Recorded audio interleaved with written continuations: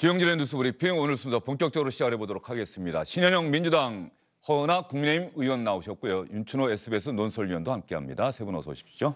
안녕하세요. 자, 신현영 의원께서는 또 감염병 전문가로 국회의원 되시기 전에 주영진의 뉴스 브리핑에도 코로나19 사태 여러 차례 설명을 해주셨는데 역대 가장 많은 확진자가 나왔습니다. 많은 분들이 걱정하고 있는데 이유, 델타 변이 바이러스, 활동력 증가 그거 말고 더 있는 겁니까? 어떻습니까? 예, 국민들께서 많이 걱정하실 것 같아서 저 마음도 편하지가 않습니다. 실제로 이번 확진세가 이렇게 증가한 것은 말씀하신 대로 델타 변이 그리고 유동성 증가의 원인이 있죠. 기본적으로 다른 나라에서도 백신 접종이 시작되면서 이렇게 확진자가 피크를 치는 경우들이 종종 있었고요. 또 우리가 다른 이스라엘이나 영국에서도 보면 백신의 접종률이 올라가더라도 예. 그럼에도 불구하고 확진자가 느는 경우들이 지금 있습니다. 그만큼 바이러스의 속성이라고 볼 수가 있는 것인데요. 끝날 때까지 끝나지 않은 것이다 라는 말처럼 더 강력한 변이들이 계속 우리를 다가올 것이다. 그거에 대한 대비를 우리가 더 엄중하게 받아들여야 된다라는 메시지로 저는 받아들이고 있습니다. 예, 윤춘호 의원 지금 자막에 나가고 있는데 확진자가 가장 많이 나왔어요. 1년 6개월 만에. 그렇죠. 저 숫자 자체가 네. 주는 공포감이라는 게 상당히 있는 것 같습니다. 그런데 어떻게 보면 국민들 입장에서 보면 아까 정은경 본부장, 질병청장의 브리핑을 들으면서 받은 느낌은 예. 한없는 국민들에게 어떤 희생과 어떤 뭐라 그럴까요? 그 정부 지시에 좀 순응해 줄 것, 요청에 좀 따라줄 것을 요구하는 걸 들으면서 좀 피곤하다는 생각이 들었고요.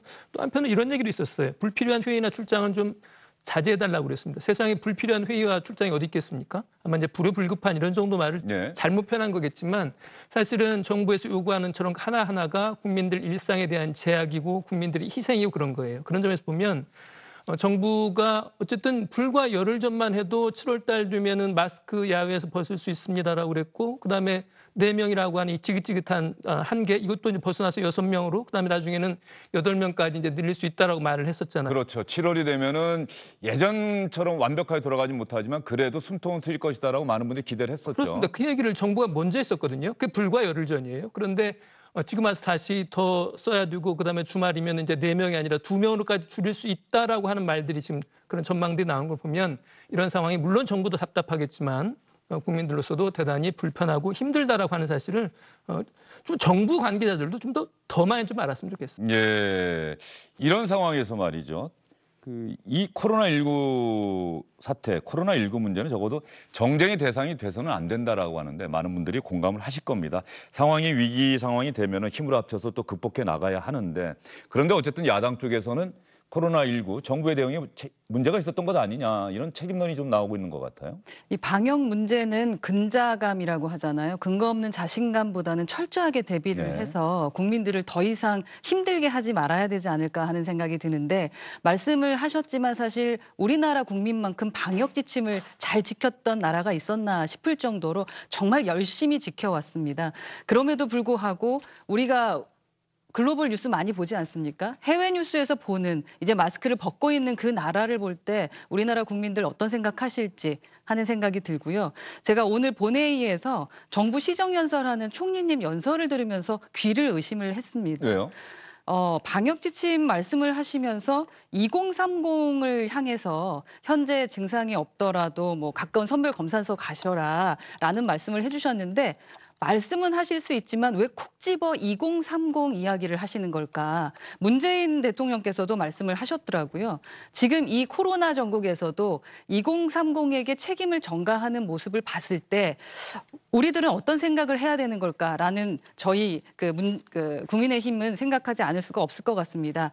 이제 휴가도 가고 가족들과 만나서 마스크 벗고 밥 먹을 수 있겠구나라는 생각을 했는데 이제는 휴가가 아니라 자가격리하게 생겼다라는 거죠. 앞으로 남아있는 이 휴가 기간을 자가격리에 써야 된다라고 생각하는 국민들.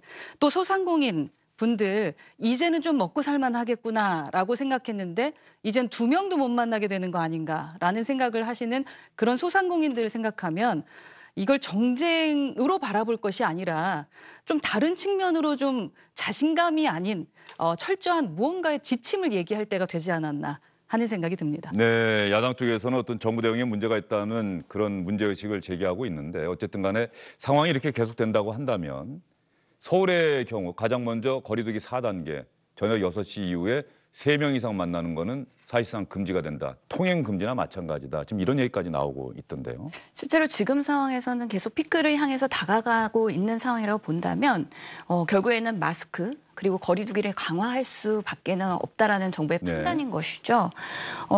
정부도 많은 고민을 하고 책임 있는 여당도 상당히 많은 고민을 하는데 결국에 우리가 방역 그리고 이 방역을 유지하면서도 우리 국민들이 민생 경제를 유지할 수 있도록 상당히 노력을 해야 된다는 두 개의 밸런스를 가지고서는 거리 두기를 쪼였다, 완화했다 하는 시책을 하는 거거든요. 네. 물론 저희 국회에서는 마음적으로는 많이 풀어드리고 싶은 마음에 그런 것들이 코로나가 장기화되면서 여러 가지 방역 지침에 대한 뭔가 대안을 마련하고 업종별로 정말 제대로 된 현실화에 맞는 그런 거리두기에 대한 지침을 준비하는 것 자체를 비난하면 그것은 비난을 위한 비난이라고밖에 볼 수가 없습니다. 장기화되는 코로나에 더불어가기 위해서 우리가 어떻게 현실적인 방역 지침을 만들 것이냐에 대한 고민을 그동안 해왔고 실제로는 거리두기를 완화했던 게 아니라 수도권은 2단계로 그동안 유지를 했던 겁니다. 그럼에도 불구하고 빠르게 백신 접종을 유지했지만 그 외에 아직 맞지 못한 2030, 40, 50들이 있습니다. 이분들이 더 코로나에는 더 취약할 수 있으니 이분들이 더 유의하자라는 입장에 대한 메시지라고 이해를 해주시면 좋을 것 같고요. 그런 면에서 코로나 바이러스에는 그 누구도 누구도 그게 차이가 있지 않다. 똑같다. 똑같이 취약할 수 있고 누구나 걸릴 수 있다는 마음을 가지고 우리가 그 사안을 좀 냉정하게 바라볼 필요는 있다. 예, 그런데 말이죠. 지금 거리두기를 차라리 더 한층 강화해서 이번에는 확실하게 유행의 어떤 그 고리를 끊어내자. 그것이 더 나은 것 아니냐. 이런 얘기도 전문가들이 많이 하고 있다고 하는데 그러니까 제가 좀 우리 국민들이 아까도 다 정말로 그 방역 지침 잘 준수하고 애쓰고 이런 위기 상황이 되면 누구보다도 더 걱정하고 다 조심하자라고 얘기를 하는데 지금은 어쨌든 간에 4명까지는 만나게 하는 거 아니에요. 근데 가급적이면 취소하라고 얘기하고 그런데 가급적 취소하라고 요청한 것이 강제 상황은 아니란 말이에요. 4명까지는 만날 수 있는데 그렇게 모임을 갖고 난 다음에 만약에 확진 판정을 받으면 그 확진 판정을 받은 사람에게 어떤 책임을 씌운다거나 뭐 이런 분위기 이런 것들은 조금 다시 한번 생각을 해봐야 되는 것 아닌가 싶은 생각도 들어요. 그러다 보니까 더 숨어들고 검사받는 걸 꺼리게 되고 어떻습니까? 맞습니다. 그래서 바이러스에 걸린 사람 그리고 뭔가 자가격리 들어간 분들에 대한 비난을 하면 안 된다는 거죠. 바이러스는 누구나 평등하게 걸릴 수 있다. 그리고 걸렸을 때 그 사람을 비난하지 말자. 그거는 정말 감염병 시대에는 매우 기본적인 인권의 원칙이라고 봅니다. 하지만 그럼에도 불구하고 이게 사회적인 비난이 있기 때문에 실제로는 걸렸을 때 그 걸린 바이러스로 인한 질병의 아픔보다는 사회적 비난 그리고 내 주변에 피해를 줬다라는 그 안타까움이 더 크기 때문에 실제로 그 당사자들은 스트레스가 많은 것이죠. 지금 정부가 권고를 하는 이유는 우리가 이렇게 심각한 상황에 있습니다. 그리고 정말 4단계로 갈 수도 있습니다. 그렇기 때문에 우리가 하루하루 지금 최대한 노력을 해보고 그래도 꺾이지 않는다면 그렇게 강화할 수밖에 없습니다에 대한 정부의 피력이라고 생각이 듭니다. 네, 거리두기 강화 방안 이번 1월쯤 김부겸 국무총리가 국민에게 밝히겠다고 얘기를 했는데요. 예, 네. 권하 의원님. 근데 듣다 보니까 질문이 생기는데 지난주에 그 민주노총 불법 집회 있었지 않습니까? 그 부분에 대한 그 신 의원님의 의견을 듣고 싶어요. 네, 야당에서 또 그 전문가로서. 문제 제기했었죠. 네. 작년에 광복절 집회했던 사람들에 대해서 당시 비서실장이나 이런 분들이 살인자다 뭐 이렇게까지 얘기했는데 왜 민주노총 집회에 대해서는 별다른 얘기가 없느냐라는 네. 문제 제기가 있었는데. 실제로 민주노총 집회는 적절하지 않고요. 그거에 대해서 당연히 정부는 강경하게 대하는 게 맞다고 생각을 합니다. 그렇기 때문에 여의도에서 집회할 때 그 엄단했는데 장소를 바뀌어서 광화문으로 한 것이죠. 그러니까 정부가 사전에 경고를 했고 지금 사후에도 서울경찰청 중심으로 해서 50명의 그런 수사팀을 꾸린 것입니다. 그만큼 똑같이 대해야 된다는 거에 대해서는 저는 당연히 생각을 하는 거고요. 다만 광화문 집회에서는 사랑제일교회에서 확진됐던 분들이 현장에 있었기 때문에 이 3차 폭증에 대한 원인 제공에 대한 사회적 비난이 있었던 거고요. 지금 민주노총 집회는 아직까지는 역학조사 중이기 때문에 확진자가 나온 상황은 아니고 조사 중이다. 거기까지가 그냥 팩트인 것 같습니다. 예. 대응조차도 좀 너무 내로남불이라는 생각이 드는데 제가 조사한 바로 보면 그 주말 확진자가 794명으로 급증을 했다고 하는데 그 근거가 이 불법 집회가 아니라고 말할 수 있을까라는 생각도 들거든요. 그 부분은 또 연관성을 좀 더 따져봐야겠죠. 물론 따져봐야 예. 되는 거지만 그때는 뭐든지 다 이 집회, 광화문 집회를 가지고 보수단체 집회를 가지고 말씀을 하셨는데 그렇지 않고요. 어떻게 제가 민주노총에 대해서는 이렇게 너그러울 수 있을지에 대한 뭐든지 게 팩트 궁금합니다. 베이스로 얘기를 해야 되는 거고요. 아직 민주노총 집회에서의 확진자나 역학조사 결과가 나오지 않았습니다. 그렇기 때문에 인과관계가 없다라고 얘기하는 거고 사랑제일교회에서 확진된 분이 광화문 집회에 참여한 거는 확인이 된 부분입니다. 이번에 그렇기 때문에 민주노총 항상 집회는 근거 사실상 중심으로 해야 되는 방치됐던 거고요. 것은 사실입니다. 예, 그래서 그 이런 게 부분에 대한 바로 것은 근거 없이 네. 정쟁이라고 하는 겁니다. 그래서 코로나는 정쟁하면 안 된다라고 저는 주장하고 있습니다. 알겠습니다. 어쨌든 지금 많은 분들이 걱정하고 있는 상황이기 때문에 뭐 두 분께서 하신 말씀도 이 고비를 다시 힘을 합쳐서 좀 잘 이겨내자 이런 뜻으로 좀 생각이 되고요. 이철희 청와대 정무수석이 오늘 아침에 라디오 방송에 출연해서 최근에 코로나19 확산 그리고 정부의 대응에 대해서 늑장 대응이다라는 비판에 대해서 수긍한다. 이렇게 사과의 뜻을 밝혔는데 한번 직접 들어보겠습니다. 예, 뭐 그런 지적, 뭐 겸허히 수용합니다. 예.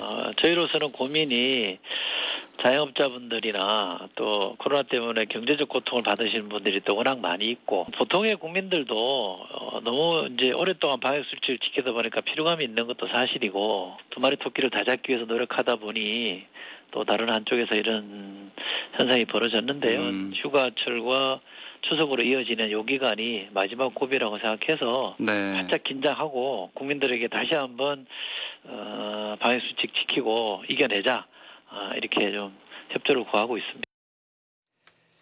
예, 코로나19 상황 정말 4차 유행에 문턱에 들어섰다고 정은경 청장은 이야기를 했습니다만 전문가들은 4차 유행이 본격화했다 또 이렇게 분석하고 있는 것 같습니다. 다시 한번 위기의식을 갖고 모두가 힘을 합쳐서 이 고비를 잘 넘겨야겠다는 생각이 다시 한번 듭니다. 윤춘호 의원, 네. 그러고 보니 민주당에서 지금 대선 후보 예비 경선 진행되고 있고 이제 바로 11일 이번 일요일이면 그 본선에 나갈 6명의 후보가 결정되는데 이 코로나19 상황이 만약에 이렇게 계속 심각하게 전개가 된다면 경선을 좀 또 늦춰야 하는 것 아니냐는 얘기가 다시 나올 수도 있는 것 아닌가 싶은 생각이 있는데 말이죠. 경선 일정은 각 후보 진영 간에 이제 합의를 예. 한 상태이기 때문에 이러한 상황을 물론 이제 고려하지는 않을 수 없겠습니다만은 일정 자체를 늦추지는 어렵지 않겠습니까? 다만 행사 내용을 아무래도 좀 조정할 필요가 있을 테고 그다음에 또 사람들이 많이 모이는 상황을 피할 수밖에 없는 그런 거기 때문에 행사 내용이 달라질 수는 있겠지만은 경선 일정을 바꾸기는 현실적으로 어렵지 않을까 싶습니다만. 예, 뭐 경선 기획단에서 정한 일정대로 그냥 진행될 수 있다. 그렇게 당에서도 그렇게 얘기합니까? 예, 그 경선 일정의 변화는 고려하고 있지 않습니다. 실제로 민감한 문제였고 정리된 문제이기 때문에 한 번 정해지면 그대로 따라야 된다고 생각하고요. 그 대신에 뭔가 온라인으로 하는 그런 경선들이 더 강화될 수는 있겠다는 생각이 듭니다. 제 기억이 맞다면 9월 5일인가에 대통령 후보가 결정되는 거죠? 9월 5일. 예. 9월 5일, 9월 4일이 경기도고 9월 5일이 서울이고 마지막에 그 최종 개표 결과를 공개하면서 대통령 후보가 결정되는 것으로 알고 있는데 자 어제는 민주당 대선 후보 예비 경선에 나선 후보들의 정책 토론회가 있었습니다. 정책 언팩쇼, 정책 꾸러미를 국민에게 풀어놓는다 뭐 이런 뜻이었던 것 같은데 어제 정책 언팩쇼 저희가 압축해서 여러분께 보여드리겠습니다.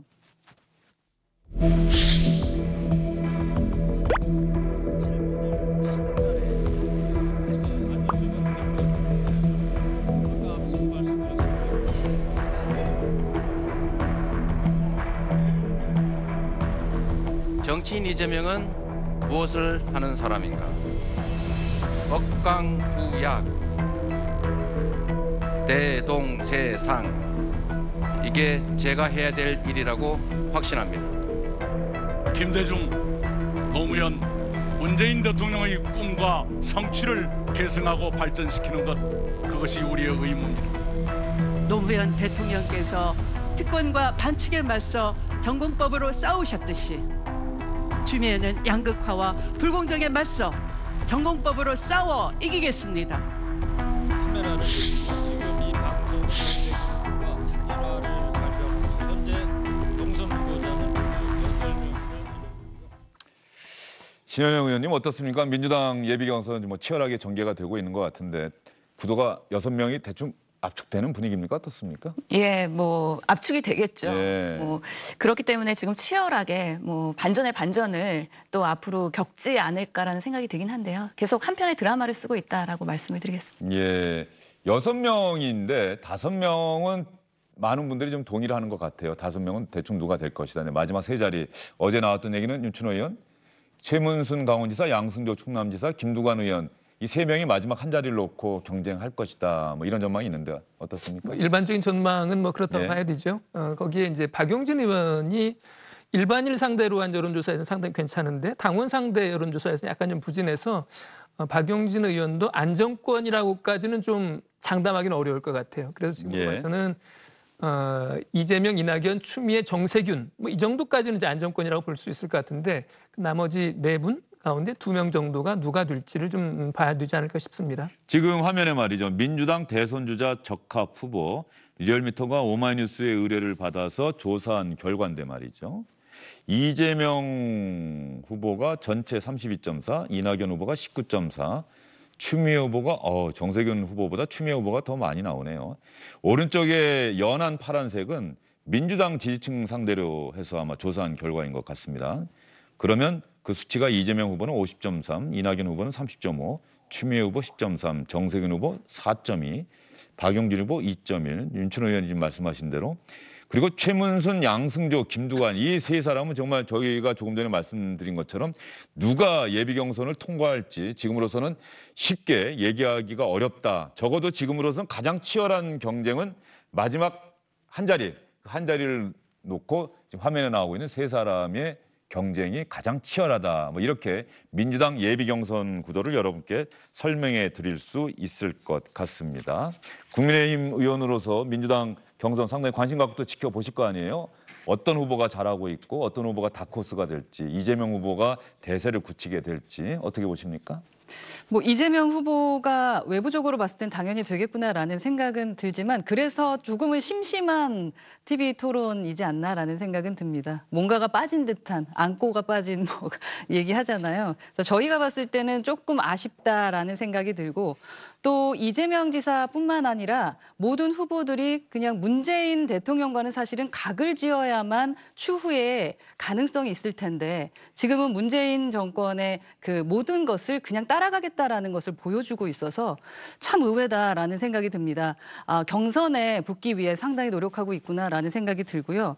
제가 이재명 지사를 보면서 아쉬운 게 그래서 별명을 제가 문재명 같다라는 생각이 좀 들었거든요. 왜 그렇게 또 붙이셨습니까? 기본적으로 지금 이제 억강부약이라는 말씀을 하시는데 그 억강부약이 제2의 소주성 아니냐라는 생각이 좀 듭니다. 억강부약이 아니라 부강부약이죠. 모두 다 커야 되는데 브랜딩이라는 것도 그렇거든요. 잘하는 걸 잘하게 해야 됩니다. 대한민국이 잘하고 있으면 잘하게 해야 되는 거예요. 근데 잘하는 사람, 강한 사람들은 누르고 약자만 보호한다고 하는지 저는 좀 이해가 안 가거든요. 약자도 보호하고 부강하게 하고요. 잘 사는 사람들도 잘 살게 하는 것이 맞는 거죠.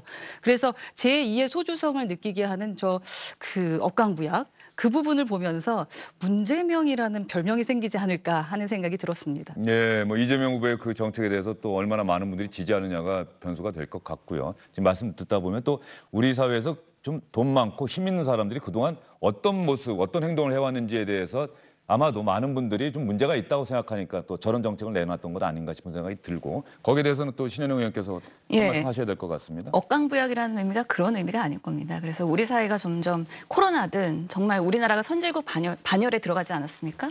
그럴수록 이 양극화에 대한 부익부 빈익빈에 대한 사회적 이슈가 매우 큽니다. 그렇기 때문에 이 빈익빈에 대한 어떤 대안을 잘 마련할 것이냐. 그것이 복지 시스템이 잘 된 국가로서의 더 선진국으로 갈 수 있는 우리 대통령으로서는 당연히 중요하게 생각해야 되는 하나의 그런 공약이라고 생각을 하고요. 아마 제가 생각할 때는 야당 후보자들도 그 취약계층에 대한 그 사회적인 복지 시스템이나 배려를 어떻게 더 잘 만들 것이냐. 이것을 강조하는 분들이 뭔가 조금 더 외연을 확장하는 데 도움이 되지 않을까라는 생각도 그런 듭니다. 의도로 말씀을 하신 거라면 당연한 거죠. 저희도 약자와의 동행이 있고요. 약자와의 함께 성장을 해 나가야 선진화된다는 것은 알고 있습니다. 하지만 기존의 부자들은 무조건 잘못됐다라는 생각은 저는 동의하기는 어렵다라는 말씀. 저도 동의하기 어렵고요. 그 잘 되고 있는 우리나라의 좋은 기업들 그리고 그 테크놀로지 이런 기술들은 더 키워서 우리나라가 정말 더 강력한 맞습니다. 대한민국이 네. 되도록 네. 힘을 네, 맞춰야 맞습니다. 된다고 생각합니다. 신현영 의원이 혹시 이재명 후보를 돕고 있습니까? 예, 이재명 후보 대신해서 신현영 예, 의원이 또 말씀. 저는 원내 대변인이어서 예. 모든 후보에 대해서 그 지지의 마음을 예. 또 보내고 있습니다. 알겠습니다. 여당 이야기까지 했고요. 오늘은 최재형 전 감사원장 이제 정치에 참여하겠다 이렇게 기자들에게 밝혔다 여러분께 전해드렸었는데 부친이 한국 6.25 전쟁의 영웅입니다. 상당히 위독하시다는 연락을 받고 강원도에서 있다가 급히 올라왔는데 이 부친이 돌아가셨습니다. 기자들이 이제 연결식장에 찾아가서 최재형 전 감사원장을 만나서 질문을 했는데 기자들의 질문에 대답을 하다가 울컥하는 모습을 보이기도 했습니다. 저에게 소신껏 해라. 그게 아버님께서 저에게 남겨주신 마지막 육성이셨습니다. 그전에는 정치 참여에 반대하신다는 우려도 있었는데 신중하게 선택해라 이런 말씀도 하시고 그러셨죠. 예. 좀 상당히 좀 고심을 좀 길게 하셨잖아요. 네. 그 과정에서도 나름대로의 또 결심을 또 세우게 된 배경이나 이런 것들 오늘 있을까? 제 아버님 이제 떠나시고 처음 모시는 시간이라 이 정도로 말씀드리겠습니다. 네, 양해해 주십시오. 예. 저 때문에 수고들 많으셨습니다. 지금 윤춘호 의원 화면에는 안 잡혔는데 말이죠. 그 고인께서 마지막으로 글씨를 남겨서 했던 것 중에 대한민국을 밝혀라 이렇게 이야기를 했다는 게 전 또 인상적이던데 말이죠. 예. 그러니까 이제 글씨로 이제 글을 써서 이제 대한민국을 밝혀라라고 하는 말씀을 하셨다고 그러고요. 그다음에 이제 육성으로는 이제 소신껏 해라라고 네. 그랬다고 그러는데 특히 이제 글씨를 썼다고 하는 부분에 대해서는 좀 상당히 의미가 좀 있을 것 같아요. 그다음에 그 내용이 대한민국을 밝혀라라고 하는 말도 상당히 좀 상징성 있는 그다음에 그 안에 짧지만 많은 것을 포함한 그런 메시지를 아들에게 이제 세상을 떠나시면서 전달하신 것 같습니다. 고인이 아들의 대통령 도전, 대선 출마 지지한다는 의사를 밝힌 것으로 또 해석이 돼요. 그렇습니다. 이제 그게 어쨌든 얼핏 일감은 대선 출마를 고민하고 있을 정치 참여를 고민하고 있는 아들에게 대한민국을 밝혀라라고 하는 얘기는 정치 참여하라는 뜻으로 해석이 되죠. 그다음에 그것은 정치 참여는 당연히 이제 대권 도전으로 이해가 되는 것이고요. 그런데 또 한편으로는 정치 참여 관련해서 이제 신중하게 해라라고 하는 그런 말씀도 하셨다고 그랬어요. 그렇긴 했는데 어쨌든 글씨로 써서 남긴 유언에 따르면 아들에게 당부한 것이 정치 참여, 그다음에 대통령직에 도전해서 우리나라를 좋은 나라, 좀 더 밝은 나라로 만들려고 하는 게 유언인 셈인 거죠. 사실 부모가 돌아가시면 부모가 아무리 연세가 많으시더라도 그 남은 자식들의 마음은 아프고 애통하기 마련인데 최재형 전 감사원장이 저 장례식장 빈소가 마련된 곳에서 기자들을 만나서 이야기를 했다라는 것도 보면 그 아픔을 좀 누르면서 내 마음 속에 있는 것, 나는 이제 마음을 굳혔다는 걸 좀 보여준 것 아닌가 싶은 생각도 좀 들어요. 네, 그런 마음도 좀 전해집니다. 꾹꾹 그 감정을 추스리시면서까지 말씀하시는 모습을 보니까 지금 앵커님이 말씀하신 부분에 좀 동의를 하게 될 수밖에 없는 것 같고요. 이 윤석열 총장 같은 경우는 사실 반문재인 정서에 대한 어떤 바람에 의해서 만들어졌다면 최재형 전 감사원장 같은 경우는 그분이 살아온 스토리가 우리를 감동을 주면서 더 많은 관심을 갖게 하는 분이라는 생각을 하거든요. 그런데 오늘 좀 진정성 있는 저 모습을 보면서도 이렇게 마음의 문이 열리는 분들이 상당히 많을 것 같다 하는 생각이 좀 들고요. 우선 고인의 명복을 좀 빈단하는 말씀과 6.25 그 영웅이셨지 않습니까? 예. 그분에 대한 그 아버님에 대한 원래 사랑도 있으셨지만 또 되게 상당히 존경하는 영웅으로서의 존경하는 마음도 있으셨던 것 같은데 그러한 모든 것도 좀 표현하고 싶으신 것도 있으실 거고 또 아버님이 원하시는 앞으로의 행보에 대해서 좀 단단한 모습 보여주시고자 하는 것이 아닌가 하는 생각이 듭니다. 네, 고인인 최영섭 대령은 그 1950년 6월 26일 새벽 부산으로 상륙하려던 북한의 해군 함정이겠죠. 1000톤급 함정을 네. 격퇴하는 그래서 대한해협 해전의 영웅이다라는 평가를 받고 있다는 말씀 여러분께 드리겠습니다. 고인의 명복을 빌도록 하겠습니다. 권영세 의원, 이준석 국민의힘 대표가 이제 윤석열 전 검찰총장, 최재형 전 감사원장 등 외부의 대선 주자들 만나는 것은 권영세 의원에게 이름했습니다. 권영세 의원도 오늘 빈소를 찾았습니다. 어떤 얘기했을까요? 또 어떤 말씀이실까요? 뭐 윤석열 원장하고 크게 다를 거는 없습니다. 뭐 언론에서나 일부 그 여론에서 좀 그러니까 최재형 원장님 같은 경우는 좀 일찍 입당을 하지 않겠냐 이런 기대를 하는데 뭐 그 기대도 나름대로 일리가 있다고 생각을 합니다. 그러나 아직까지 그거에 대해서는 뭐 정해진 건 없고 뭐 가급적이면 늦지 않은 상태에서 우리 당에 들어와서 이 대선 행보를 하기를 바라는 게 제 생각입니다. 이준석 대표와 권영세 의원의 생각은 뭐 일치하는 것 같습니다. 늦지 않게 국민의힘에 들어와서 다 함께 국민의힘 대선 후보 경선에 참여했으면 좋겠다 이런 이야기를 하고 있는데 말이죠. 그러면 야권, 보수 야권의 대선 주자 적합도는 어떻게 나왔는지 윤춘호 의원이 잠깐 설명해 주시겠습니까? 여전히 윤석열 전 검찰총장이 압도적으로 지금 1위를 나오고 있는 것 같은데 말이죠. 그렇습니다. 이제 윤석열 총장의 지지율이 빠지지 않는 점에 좀 유심히 좀 볼 필요가 있고요. 그다음에 또 한 가지는 국민의힘 지지자들 안에서는 더 지지도가 높아요. 네. 주시해 보실 필요가 있을 것 같고, 그다음에 최재형 전 감사원장의 지지율도 상당히 높습니다. 지금 오히려 황교안, 하태경 이런 분들보다도 더 좀 앞자리에 있잖아요. 그렇네요. 그렇게 보면은 잠재적 성장 가능성은 상당히 높다. 이렇게 분석할 수도 있을 것 같습니다. 그다음에 저는 이제 윤석열 전 총장 지지율을 해서 좀 유심히 보는 것은 상당한 악재들이 몇 가지 있었잖아요. 그런 악재들이 있음에도 불구하고 크게 떨어지진 않고 있다고 하는 점을 좀 주목해 볼 필요가 있지 않나 싶습니다. 여전히 범야권 지지층이 윤석열 전 총장 이외의 대안을 찾지 못하고 있다. 뭐 이렇게 봐야 될까요? 대안을 찾지 못한다는 부분도 뭐 일부분 인정합니다. 최근에 김건희 씨, 부인 김건희 씨의 국민대 박사학위 논문도 표절 의혹이 제기되고 있는 등 상당히 거센 검증에 직면하고 있는데 네. 지지율은 여전히 잘 나오고 있다. 그만큼 공정과 상식과 정의에 대한 그 불이 불타오르고 있다, 국민들한테. 그렇게 좀 해석할 수 있지 않을까 싶고요. 예. 그리고 지금 뭐 부인에 대한 논문은 문제가 있으면 뭐 처리를 하면 되는 거고 조사해서 조치를 취하면 되는 부분이다라고 생각을 하는 거고. 결혼 이전의 일이다 뭐 이런 말씀이십니까? 그리고 또 지금처럼 논문 이런 문제에 대해서 관대한 정부가 없거든요. 제가 과방위에 있으면서 과기부 장관 인사청문회 했을 때도 그 임혜숙 장관이 논문 외조, 제자 표절 문제 가지고 있었지만 장관으로 임명이 됐습니다. 그렇기 때문에 그 부분에 대한 건 아주 심각하게 받아들이지 않게 이미 예비 접종이 돼 있는 것이 아닌가라는 생각이 좀 들고요. 그만큼 이제 공정에 대한 부분을 지금 국민들이 원하고 계시다. 그러한 바람이 이미 너무 불고 있다라는 식으로 생각이 듭니다. 알겠습니다. 오늘 두 분과의 말씀 또 윤춘호 의원과의 말씀은 여기까지 듣도록 하겠습니다. 오늘 수고 많으셨습니다. 감사합니다. 오늘 주영진의 뉴스 브리핑은 평소보다 1시간 정도 일찍 끝납니다. 잠시 뒤에는 도쿄 올림픽에 참가할 대한민국 선수단의 결단식이 있을 예정입니다. 이 결단식을 SBS도 여러분께 생중계해 드립니다. 대한민국을 대표해서 도쿄 올림픽에 나가는 우리 선수들, 코로나19 상황이 일본도 심상치 않습니다.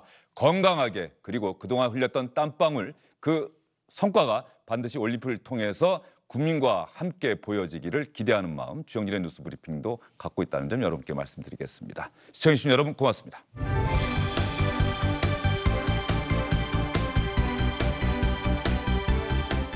안녕하십니까, 주영진입니다. 더 많은 뉴스와 라이브 이벤트를 보고 싶으시다면 화면 오른쪽을 눌러서 구독해 주시기 바랍니다. 저희 SBS 앱을 다운로드 받으시면 뉴스 속보 알림도 받아보실 수 있습니다. 텔레비전으로도 SBS 뉴스, 유튜브로도 SBS 뉴스 잊지 마시기 바랍니다.